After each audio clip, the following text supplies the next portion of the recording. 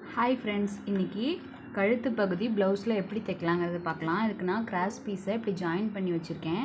இப்போ நான் எப்படி தைக்கிறேங்கிறத பார்க்கலாம் வாங்க. இதை இப்படி மடிச்சுக்கோங்க. மடிச்சுக்கிட்டு இந்த லூப்பு வைக்கிற இடத்துல வந்து இப்படி வச்சுட்டு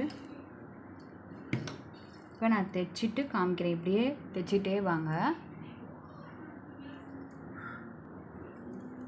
பாருங்கள், நான் மடக்காமல் அப்படியே நேராக அப்படியே தைச்சிட்டே வரேன்.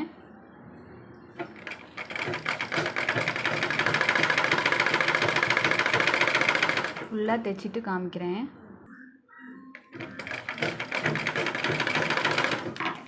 பாருங்கள், நான் இப்போ முடிக்க போகிறேன். அதுக்கு இப்போ நம்ம கொஞ்சமாக இடம் விட்டு கட் பண்ணிக்கிட்டு இப்படியே நம்ம மடிச்சுக்கலாம்.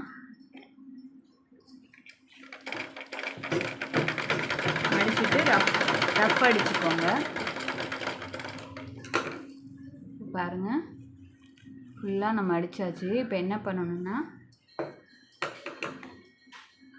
இந்த மாதிரி சின்ன சின்னதாக கட் பண்ணிக்கோங்க. இந்த மாதிரி ஃபுல்லாக கட் பண்ணிக்கிட்டேன். இப்போ இப்படி நல்லா இப்படி வச்சுக்கிட்டு இந்த மாதிரி படிமானமாக கையை இப்படியே நம்ம தேய்ச்சிக்கிட்டே வரணும்.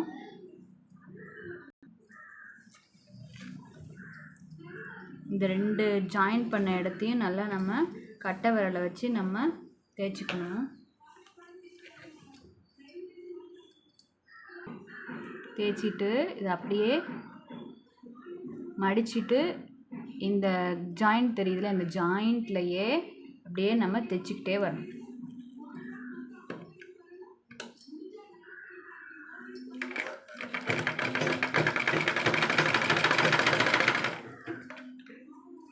பாருங்கள், இப்படியே தைச்சிட்டு நான் ஃபுல்லாக காமிக்கிறேன் உங்கள்கிட்ட.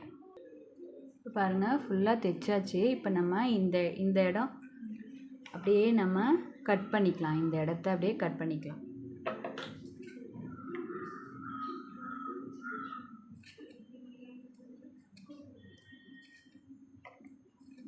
எக்ஸ்ட்ரா துணியை கட் பண்ணி விட்டுட்டோன்னா நமக்கு மடித்து அடிக்க ஈஸியாக இருக்கும். மடித்து அடிக்கவோ இல்லை எம்மிங் பண்ணவோ ஈஸியாக இருக்கும். பாருங்கள் ஃப்ரெண்ட்ஸ், ஃபுல்லாக நான் கட் பண்ணிட்டேன். இப்போ நம்ம இப்படியே மடித்து அப்படியே தையல் தைச்சிக்கலாம், இல்லை ஹெம்மிங்காவது பண்ணிக்கலாம். அது உங்கள் இஷ்டம். Thank you friends. Subscribe my channel.